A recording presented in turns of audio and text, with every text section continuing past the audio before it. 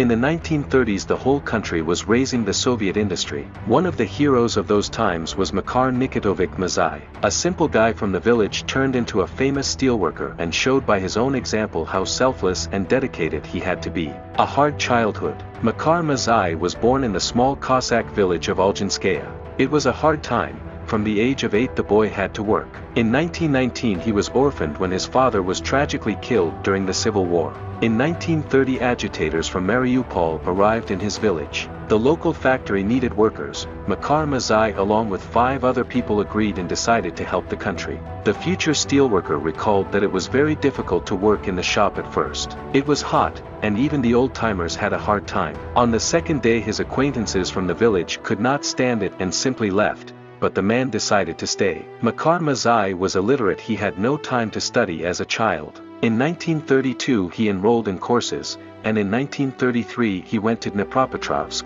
where he continued his studies. He was lucky, his teacher was the experienced steelworker M.V. Makortov. Stakhanov and Mazai's success. In 1935 Mazai started working in the open hearth shop. In the same year the miner Alexei Stakhanov in one shift was able to produce 102 tons of coal. This event influenced the whole country. Every corner wanted to do something useful for the Soviet industry. Metallurgists were not left out either. A year later Makar Mazai's brigade decided to set a record for liquid steel smelting. They managed to produce almost 14 tons of products in just a 7-hour shift. Local newspapers wrote that Mazai managed to achieve unthinkable results. He set up his work perfectly together with other steelmakers. The boiling process went non-stop, and the new temperature regime of the furnace made it possible to set a record. But his shop decided not to stop there.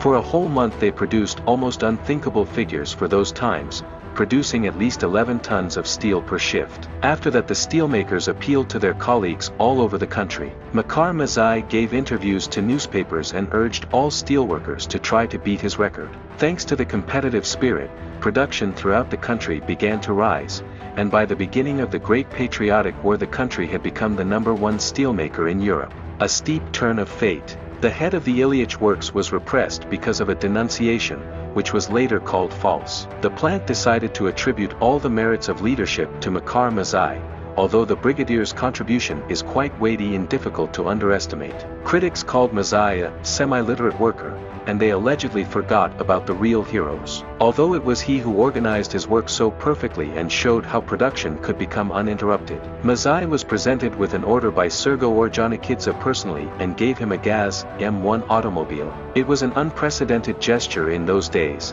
and it was almost unreal to a simple worker to get hold of a car. The celebrity turned Mazai's head. His daughter Ida later recalled, "Father often went to restaurants, told the manager to close it and treated everyone who was in the hall. He was a big-hearted man who always shared what he had." War and death. Makar Mazai was sent to Moscow. There he began his studies at the Industrial Academy. The steelworker was given an apartment, but then the Great Patriotic War began. He did not want to stay in the capital and went to Mariupol and believed he could do more for the country there. Mazai made a public appeal to all the steelworkers. He urged them not to spare themselves and do everything to help the country to defeat the enemy and win. But because of an error of the party leadership he could not leave the city and survive 1941. The evacuation of the plant in Mariupol began too late. A part of machines was evacuated, but Makar Mazai himself was not able to leave Mariupol. The city was occupied. Before that he was given an order to destroy all the furnaces and finished products,